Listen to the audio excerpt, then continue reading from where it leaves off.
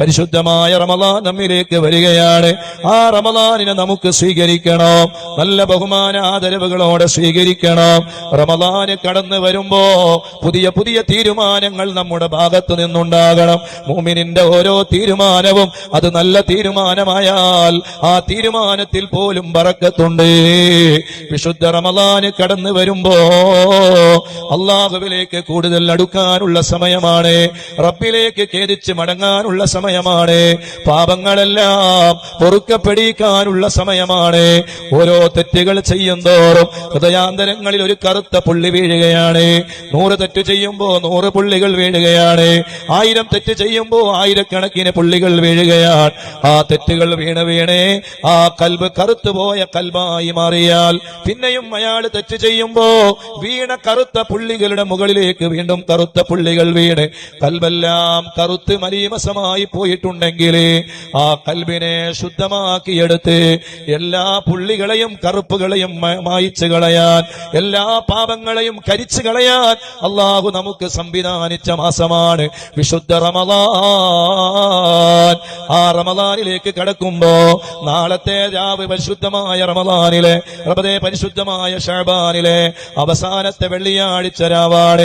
അടുത്ത ചൊവ്വാഴ്ചയോ ബുധനാഴ്ചയോ നമുക്ക് റമളാൻ ആരംഭിക്കുകയാണ്. ഇനിയുള്ള ദിവസങ്ങൾ വളരെ പ്രധാനപ്പെട്ട ദിവസങ്ങളാണ്. നാഥനായ റബ്ബിലേക്ക് ഒരുങ്ങണേ, റമളാനിനെ സ്വീകരിക്കണേ. അല്ലാഹു നമുക്ക് തൗഫീഖ് നൽകട്ടെ, അല്ലാഹു നമുക്ക് തൗഫീഖ് നൽകട്ടെ. നല്ല ഒരു റമളാനായി ഈ വർഷത്തെ റമളാനിനെ യാത്രയാക്കാൻ എനിക്ക് കഴിയണേ അല്ലാ എന്ന നല്ല മനസ്സോടുകൂടെ നാഥനായ റബ്ബിലേക്ക് തൗബ ചെയ്ത് മടങ്ങണേ. റബ്ബ് നമുക്ക് നിശ്ചയിച്ചു തന്ന റമളാനുകളിൽ ഈ റമളാൻ അവസാനത്തെ റമളാനായിരിക്കുമോ എന്ന് നമ്മൾ മനസ്സുകൊണ്ട് കണക്കുകൾ കൂട്ടണം, എന്ന് നമ്മൾ ചിന്തിക്കണം, എന്ന് നമ്മൾ അതിനെക്കുറിച്ചൊരു ആലോചന വേണം. അള്ളാഹു എപ്പോഴാണ് എവിടെ വെച്ചാണ് നമ്മുടെ അതേ അവസാനം നിശ്ചയിച്ചതെന്ന് നമുക്ക് അറിയുകയില്ല. റമളാനിന്റെ പടിവാതിൽക്കൽ വന്നിട്ട് വിട പറഞ്ഞു പോയവരില്ലേ?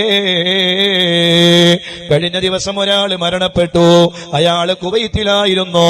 കുവൈത്തിൽ നിന്ന് നാട്ടിലേക്ക് വന്നത് ഈ വർഷത്തെ റമളാൻ എനിക്ക് നല്ല റാഹത്തോടെ കഴിച്ചു കൂട്ടണം, എന്റെ കുടുംബത്തിന്റെ കൂടെ, എന്റെ ഭാര്യയുടെ കൂടെ, എന്റെ മക്കളുടെ കൂടെ, എന്റെ നാട്ടുകാരുടെ കൂടെ, എന്റെ നാട്ടിലെ പള്ളിയിൽ എല്ലാ വക്തുകൾക്കും ജമാഅത്തിന് പങ്കെടുത്ത് അങ്ങനെ നല്ല റാഹത്തോടെ എനിക്ക് ഈ വർഷത്തെ റമളാനിൽ പങ്കെടുക്കണം. എത്രയോ കൊല്ലമായി വിദേശത്ത് ആഗ്രഹത്തോടെ നാട്ടിലേക്ക് വന്നതാണ്. വലിയ പ്രായമൊന്നുമില്ല. പക്ഷേ നാഥനായ റബ്ബിന്റെ ഖളാ, ആ പ്രിയപ്പെട്ട സഹോദരൻ ഒരു ചെറിയ നെഞ്ചുവേദന എടുക്കുന്നു, ഹോസ്പിറ്റലിൽ അഡ്മിറ്റ് ചെയ്യപ്പെടുന്നു. നാഥനായ റബ്ബിന്റെ അടുക്കിലേക്ക് യാത്രയാവുകയാണ്. വേദനകളാണ്, ചെറിയൊരു ചുമയാണ് വന്നത്. ആ ചുമ വർദ്ധിച്ച് ആ ചുമയുടെ കാരണമായി അദ്ദേഹം അല്ലാഹുവിന്റെ റഹ്മത്തിലേക്ക് യാത്രയായി. അല്ലാഹുവേ, അദ്ദേഹത്തിന് നീ പുറത്തു കൊടുക്കണേ അല്ലാ. ഈ വിശുദ്ധ റമളാന് വരുമ്പോ ആ റമളാനിൽ അദ്ദേഹം എന്തൊക്കെ കണക്കുകൾ കൂട്ടിയോ, എന്തൊക്കെ നിയ്യത്തുകൾ ചെയ്തോ, അതിന്റെ ഗുണം അദ്ദേഹത്തിന്റെ ഖബറിലേക്ക് നീ എത്തിച്ചു കൊടുക്കണേ അല്ലാ. ഒരാള് ഹജ്ജ് ചെയ്യാൻ വേണ്ടി നിശ്ചയിച്ചു, അതിനു വേണ്ടി തീരുമാനിച്ചു. അങ്ങനെ ഹജ്ജിന് വേണ്ടിയുള്ള ഒരുക്കങ്ങൾ നടത്തി. ആ ഒരുക്കങ്ങൾ നടക്കുന്നതിന്റെ ഇടയിൽ അയാള് മരണപ്പെട്ടാലോ അയാൾക്ക് ഹജ്ജ് ചെയ്ത കൂലിയുണ്ട് എന്നല്ലേ മഹാന്മാര് നമ്മളെ പഠിപ്പിക്കുന്നത്. അതുപോലെ വിശുദ്ധമായ റമളാൻ എനിക്ക് സ്വീകരിക്കണമല്ല, എനിക്ക് ആ റമളാനിലെ ദിനരാത്രങ്ങളില് നോമ്പ് നോൽക്കണമല്ല, ഖുർആന് പാരായണം ചെയ്യണമല്ല, ഒരു ജമാഅത്ത് പോലും എനിക്ക് നഷ്ടപ്പെടുത്തരുത് അല്ല, എനിക്ക് ധാരാളമായി അതേ ഖുർആൻ ഓതണമല്ല, ഒരു തറാവീഹ് നിസ്കാരവും എനിക്ക് നഷ്ടപ്പെടാതെ എനിക്ക് തറാവീഹ് നിസ്കരിക്കണമല്ല എന്നുള്ള നല്ല നീയത്തോടുകൂടെ പാവപ്പെട്ടവരെ എനിക്ക് സഹായിക്കണമല്ല, എനിക്ക് ഒരുപാട് നന്മകൾ ചെയ്യണമല്ല, എന്റെ കുടുംബത്തിന് ഒരുപാട് ഖൈറാത്തുകൾ എനിക്ക് ചെയ്യണമല്ല.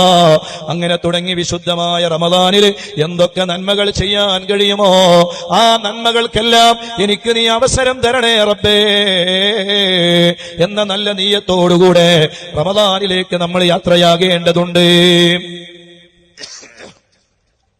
അല്ലാഹു നമുക്ക് തൗഫീഖ് നൽകട്ടെ. പോരാ, ആമീനിന്റെ ഊക്ക് പോരാ. അല്ലാഹു നമുക്ക് തൗഫീഖ് നൽകട്ടെ, അല്ലാഹു നമുക്ക് തൗഫീഖ് നൽകട്ടെ.